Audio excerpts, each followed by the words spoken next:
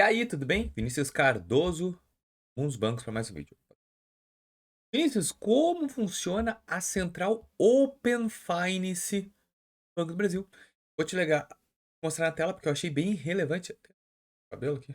Achei bem relevante o novo produto que o Banco do Brasil disponibilizou para seus clientes, onde a gente consegue verificar todas as informações na plataforma. Telinha aí. Vai clicar no menu e agora tu vai clicar em Open Finance aqui, ó. De poupança, tá vendo? Open Finance. E agora tem Central Open Finance. Tu vai clicar aqui, olha a quantidade de produtos que tem dentro da plataforma. Trazer os meus dados. Então, eu quero trazer dados para o Banco do Brasil. Confirmar pendências. Isso aqui eu achei bem legal. Quando tem alguma pendência via Open Finance, a gente consegue trazer para cá. Pagar com Open Finance. Isso aqui tem alguns já produtos já liberados. Como assim, Vinícius?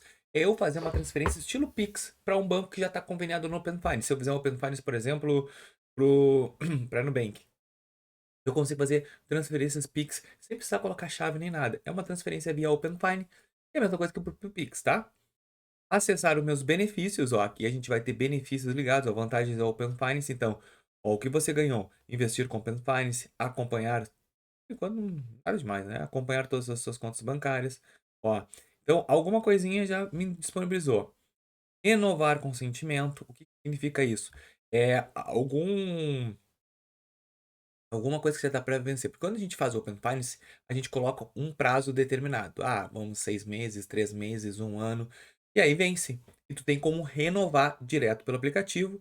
E aqui, ó, ver com quem compartilhei. Então eu já entrei, ó, até quando você encerrar, ativo, ó, e encerrado aqui. E enviados, ó, o Banco do Brasil eu mandei para Santander, Itaú, Mercado Pago, Banrisul, Banco Votorantim, Nubank, tudo os que já foram negativados. Então aqui fica uma central para a gente ter todas as informações do próprio Open Finance. Eu achei bem relevante esse produto, ó. Pagamento entre contas, ver história de pagamentos, minhas contas de pagamento com Open Finance.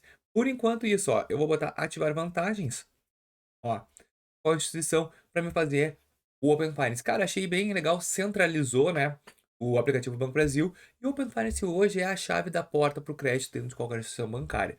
Se tu fizer e fizer bem organizado, uma estratégia bem correta, é o que vai te liberar os créditos diretos. Eu espero que vocês tenham entendido, gostado desse vídeo. Se sim, deixa o like, se inscreva no canal. Até o próximo, valeu!